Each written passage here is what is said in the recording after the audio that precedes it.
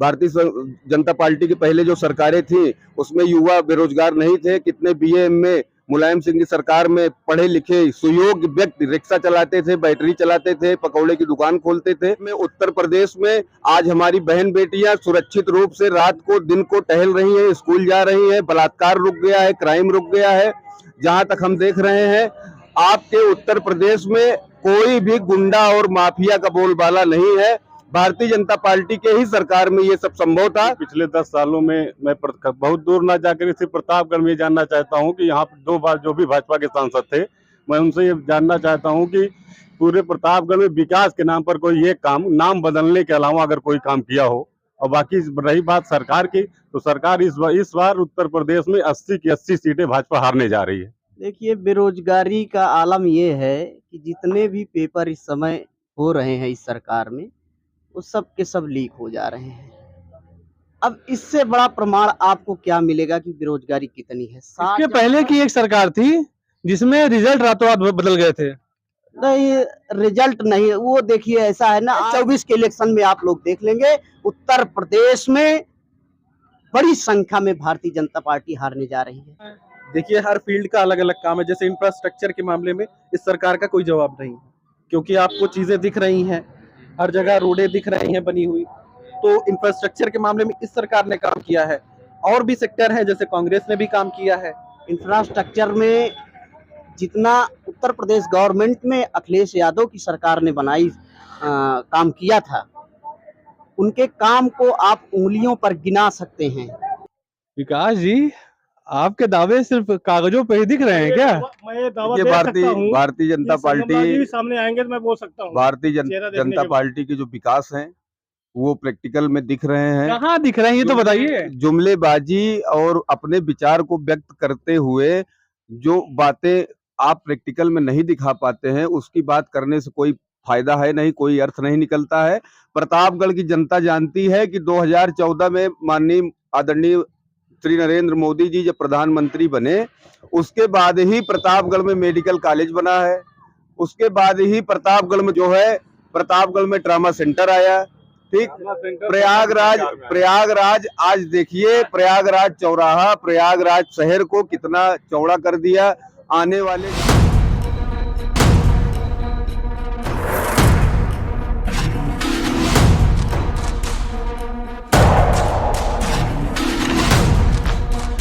राम राम, आदाब, सत श्री अकाल। दोस्तों, हिंदुस्तान में कुछ ही ऐसे जनपद हैं जिनका नाम पूरे देश में लोग जानते हैं।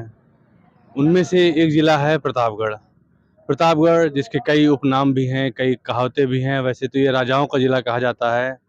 यहाँ का आंवला बहुत प्रसिद्ध है।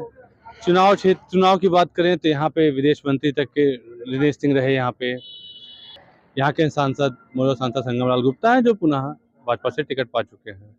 दोस्तों, आइए, इस समय हम मौजूद हैं प्रतापगढ़ की टेंगा में।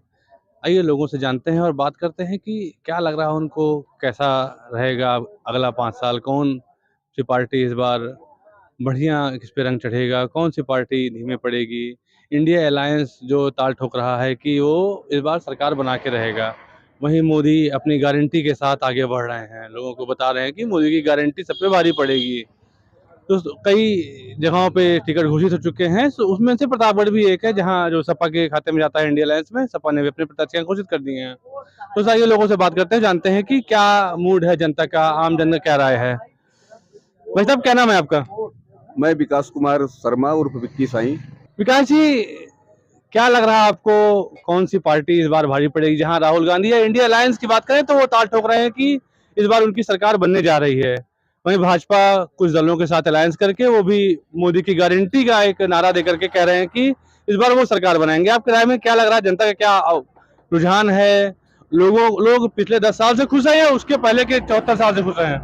हमारी उम्र 35 साल है। जहां तक मुझको अनुभव है, 2014 के बाद भारतीय जनता पार्टी की सरकार उत्तर प्रदेश में बनी और भारत में बनी।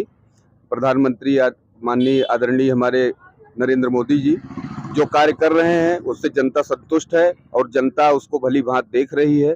न्याय होना है। 4 जून को आप लोग रिजल्ट देखिएगा। हमको पूर्ण विश्वास है कि जनता हमारे साथ है। भारतीय जनता पार्टी की सरकार अच्छे बहुमत से जीतेगी और भारत में फिर से आदरणीय नरेंद्र मोदी जी प्रधानमंत्री के रूप में आएंगे। किन मुद्दों पे आएंगे? बेरोजगारी विपक्ष उठाता है, इलेक्टोरल बॉन्ड को लेकर के विपक्ष उठाता है, ये सब मुद्दे क्या जनता इसको नहीं देख रही है? देखिए, विपक्ष का जो आरोप है वो विपक्ष क्या कह रहा है उसको हमको नहीं देखना है। विपक्ष के जो मुद्दे हैं, भारतीय जनता पार्टी की पहले जो सरकारें थी उसमें युवा बेरोजगार नहीं थे। कितने बीए एमए मुलायम सिंह की सरकार में पढ़े लिखे सुयोग्य व्यक्ति रिक्शा चलाते थे, बैटरी चलाते थे, पकौड़े की दुकान खोलते थे। तो हमको विपक्ष की बातों को ध्यान नहीं देना है। हमारे सामने जो दिख रहा है आज highways road, Bharatiya Janata party की सरकार में उत्तर प्रदेश में आज हमारी बहन बेटियां सुरक्षित रूप से रात को दिन को टहल रही हैं, स्कूल जा रही हैं, बलात्कार रुक गया है, क्राइम रुक गया है। जहां तक हम देख रहे हैं आपके उत्तर प्रदेश में कोई भी गुंडा और माफिया का बोलबाला नहीं है।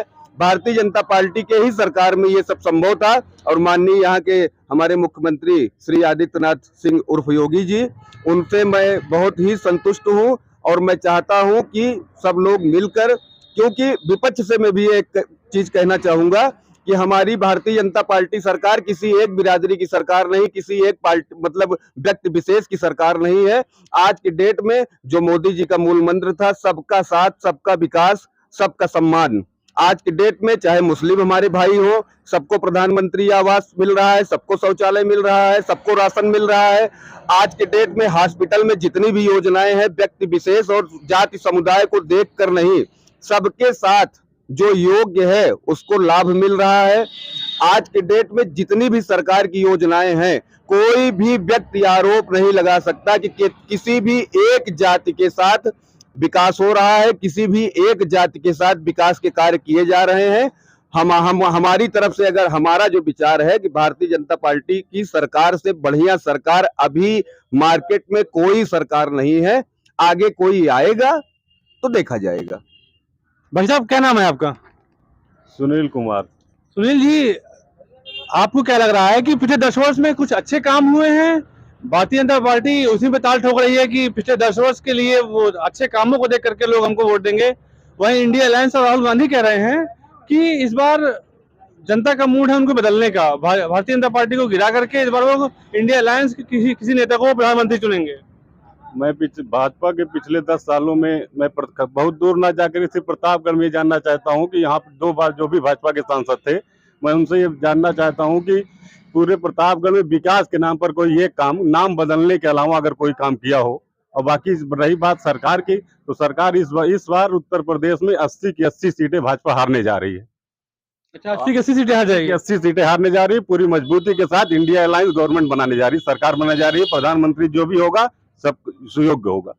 एक बात आपने कही कि प्रधानमंत्री जो भी होगा, क्या जनता को ये हक नहीं है जानने का कि किस चेहरे को देख करके वो वोट देगी?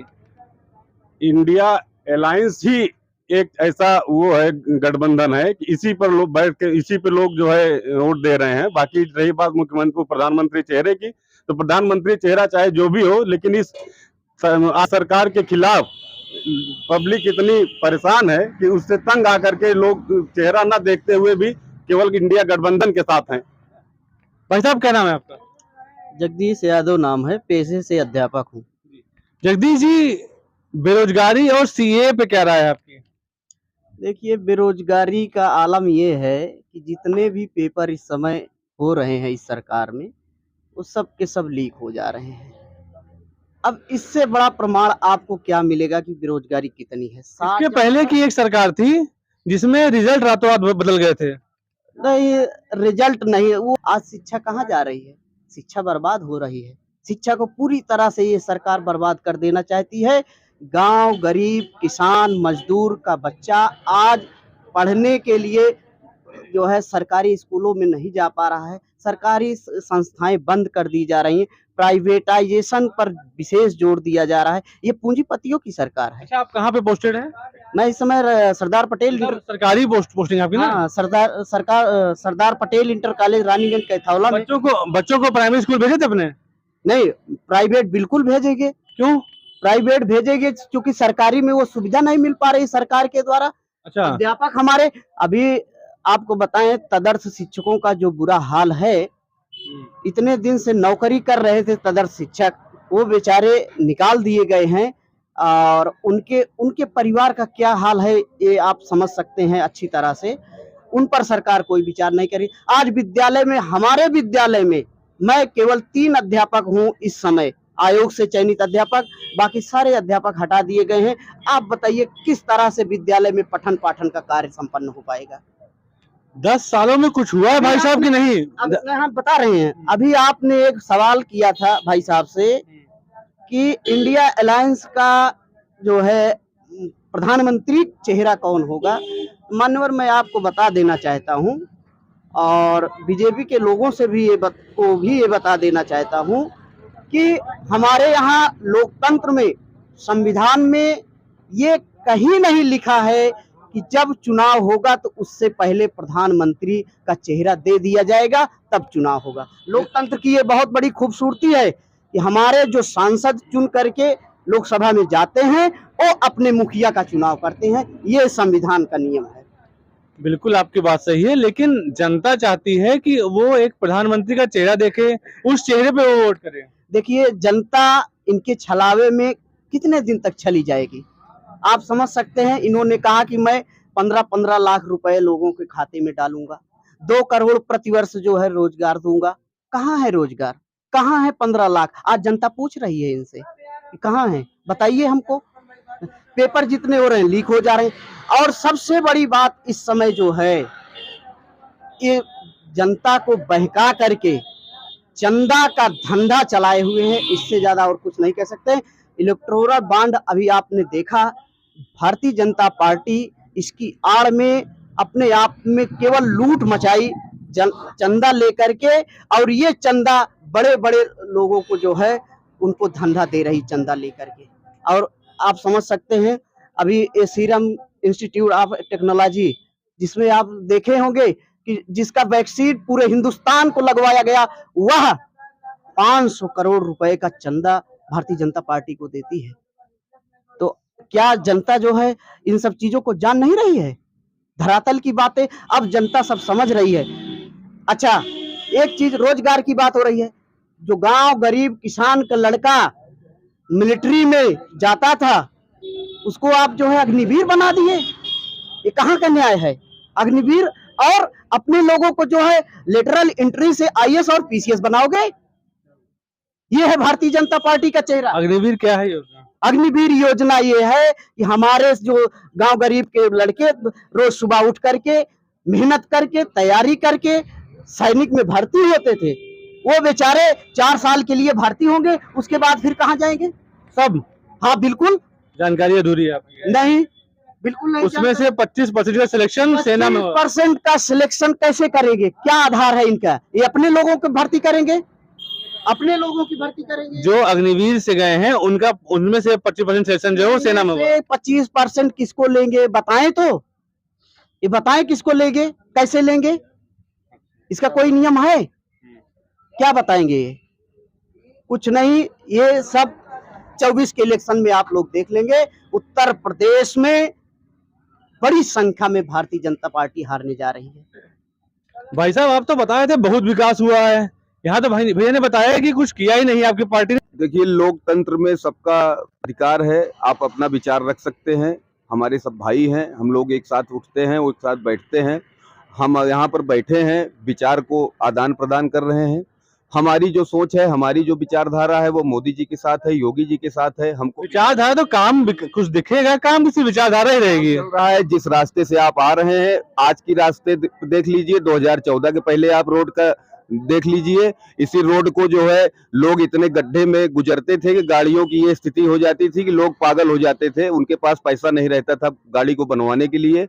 आज उनकी स्थिति है कि आराम से यहाँ से लेके कहाँ तक चले जा रहे हैं, उनको टेंशन नहीं है बिल्कुल। दूसरी चीज, आज की डेट में जो भाई साहब ने कहा कि छलावा है, हम कहते हैं इसके पहले 2014 के पहले जो सरकारें थी कांग्रेस की गवर्नमेंट थी और खास करके उत्तर प्रदेश में माननीय मुलायम सिंह जी की सरकार थी, अखिलेश जी की सरकार थी, उनके कार्यकाल में उनकी सरकार में सिर्फ गुंडे और माफियाओं का बोलबाला था। गुंडे और माफियाओं का रियल एस्टेट का धंधा था, जमीन का कब्जा था, टेंडर का कब्जा था, लूट था, खसोट था, गरीब आदमी के ऊपर इतना अत्याचार होता था। ऐसा क्यों? एक ही जाति और समुदाय के साथ उनका लगाव था। इस प्रकार के विचार जो जान रहा है वही 2014 में जनता एक होकर माननीय मोदी जी को प्रधानमंत्री जनता ने बनाया और 2024 का चुनाव आप लोग देखते रहिए।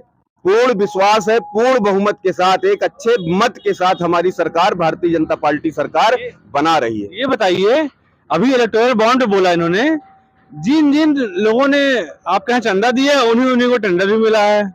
हमारे भारतीय जनता पार्टी की सरकार ने जो चंदा लिया है वो किसके दरवाजे वो चंदा मांगने आए हैं, हमको अगर पूछना हो, कोई व्यक्ति विशेष एक आदमी आके कह दे कि हाँ मुझसे भारतीय जनता पार्टी का कोई भी पदाधिकारी आके कहा हो कि आप हमारी सरकार के लिए चंदा दीजिए, तो मैं उसका उत्तर दूंगा। कहने वाले बहुत कुछ कहते हैं, सुनना पड़ता है, क्या किया जाए।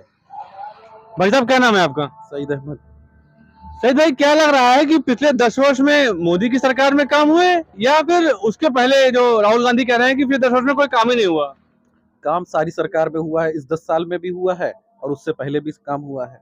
काम तो हर सरकार की अपनी अपनी पॉलिसी होती है और काम जो है हर सरकार में हुआ है, किसी सरकार में ऐसा नहीं है काम नहीं। बेहतर और कम काम की दोनों की अलग तुलना होती है कि कौन आज बेहतर काम किया है, कौन धीमे धीमे काम कर रहा है। देखिए, हर फील्ड का अलग अलग काम है। जैसे इंफ्रास्ट्रक्चर के मामले में इस सरकार का कोई जवाब नहीं है, क्योंकि आपको चीजें दिख रही हैं, हर जगह रोडें दिख रही हैं बनी हुई, तो इंफ्रास्ट्रक्चर के मामले में इस सरकार ने काम किया है।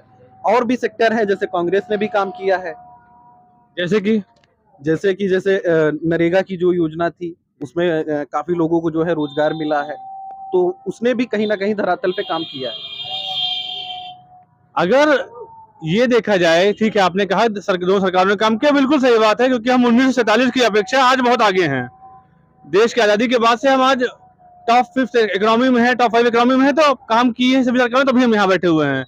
लेकिन 2024 में अगर हम उम्मीद करें, आपसे जानना चाहें कि क्या लग रहा है कि कौन आपके हिसाब से रिपीट हो सकता है, या कौन आ सकता है? राहुल गांधी की इंडिया अलायंस आ सकती है या नरेंद्र मोदी की पार्टी भारी पड़ सकती है?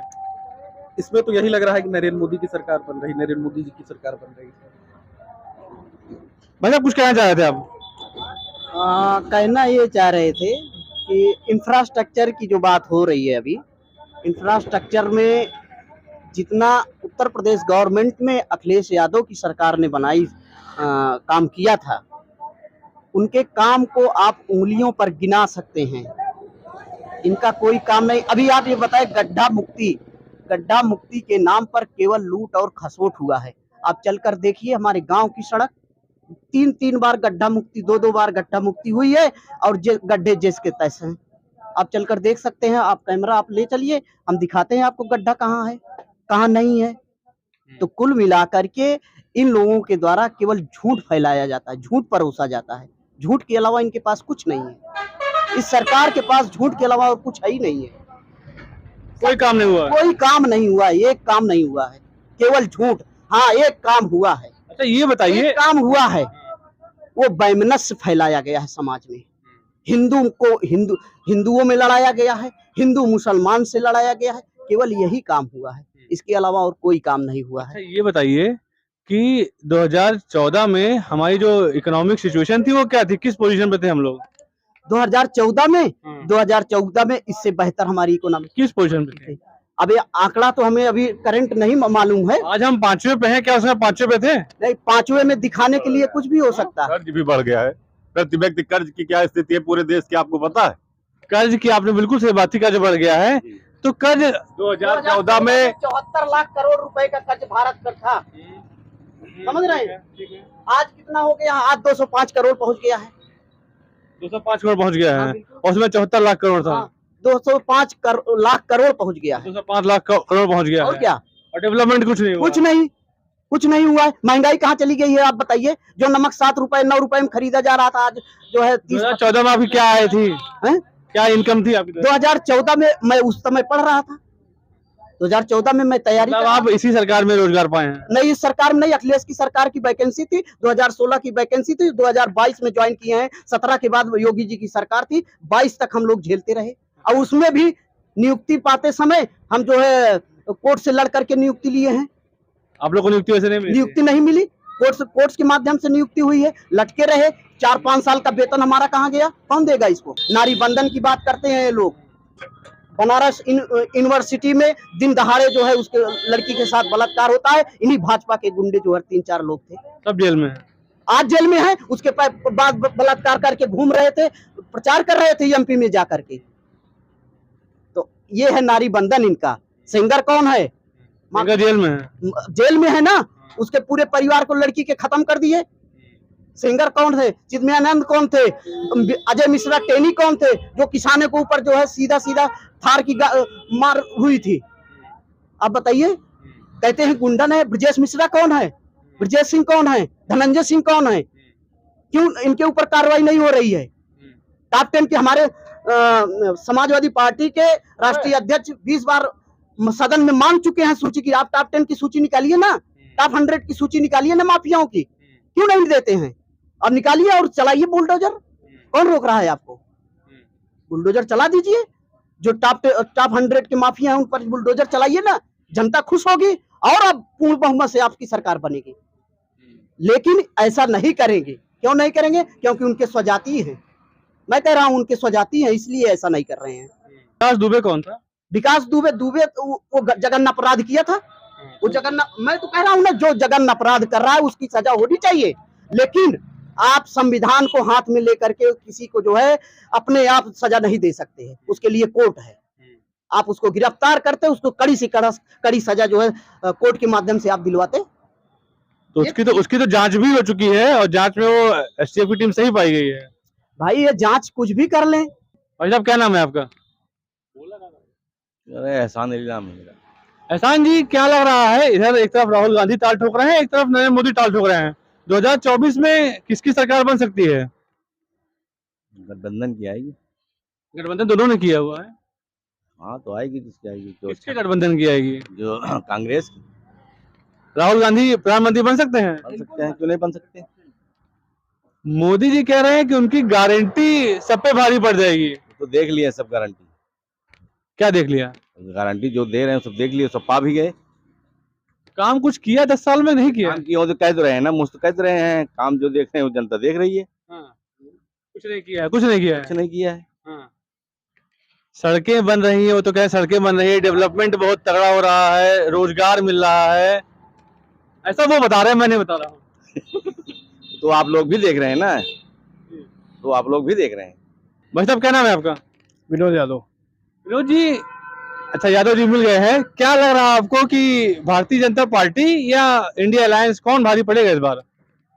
भैया मैं तो आपको यही बोलूंगा, यादव समाज का हूँ, हमारा तो फुल बहुमत यादव समाज का जो मुखिया है वहीं पर जाएगा। क्योंकि 45 साल उम्र हो रही है, मैं देखते आया हूँ कि कोई विकास नहीं हुआ है। 45 साल में कोई विकास नहीं हुआ? मैं जब से जानने के लायक हुआ, सपा सरकार में विकास हुआ था, लेकिन इस सरकार में मैं इतना बेरोजगार हो गया हूँ, हमको प्रतापगढ़ सिटी छोड़कर बाहर जाना पड़ गया। कोई पूछने वाला नहीं है। अब इसके आगे कुछ भी नहीं बोल सकता। लेकिन हमारी सरकार जो है, आपके यहाँ एक चिलबिला पे क्रॉसिंग हुआ करती थी जी, वो कब बनी है? अब एक क्रॉसिंग के सर तो 5-6 साल हो गया।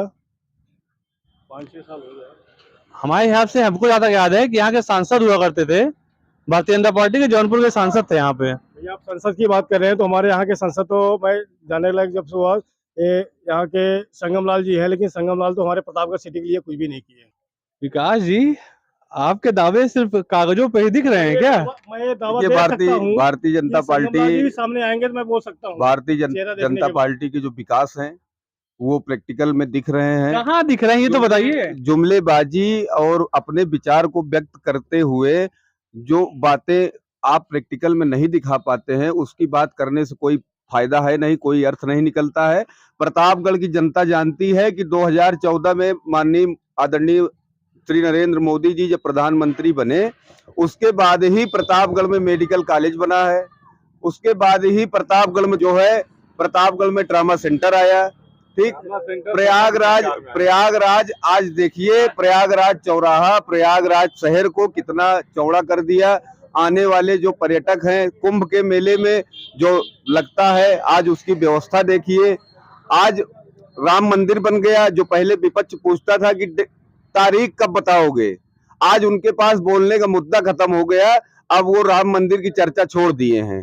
पहले सबसे ज्यादा विपक्ष इसी पर हमला बोलता था, तो माननीय हमारे नरेंद्र मोदी जी ने जो संकल्प पत्र चुनाव 2014 में दिए थे, 95% उसको पूरा किया है अपने वचन को, और जो उन्होंने कहा था उसको करके दिखाया है। हमको पूर्ण भरोसा है भगवान राम पर, हमको पूर्ण भरोसा है जनता पर, हमको पूर्ण भरोसा है जनता के मत पर। 4 जून को आपके सामने रिजल्ट आएगा और माननीय नरेंद्र मोदी जी फिर से भारत के प्रधानमंत्री बनेंगे। अभी आपने एक झूठ देखिए कि ट्रामा सेंटर इनके यहाँ प्रतापगढ़ में बन गया, कई स्टेडियम बन गए। ऐसा है ना, इनकी गलती नहीं है। दरअसल ये जिस पार्टी में है ना, उसका तो असर रहेगा ही, झूठ बोलने वाला है। ट्रामा सेंटर जो बना 100 बेड का, 2012 से जो 17 की सपा की सरकार थी, उस समय सदर विधायक नागेंद्र उर्फ मुन्ना यादव थे। उन्होंने 100 बेड का हॉस्पिटल महिला को बनवा दिया यहाँ पर। और उसके बाद मेडिकल कॉलेज के बारे में क्या कहेंगे? और मेडिकल कॉलेज बना, बहुत अच्छी बात है।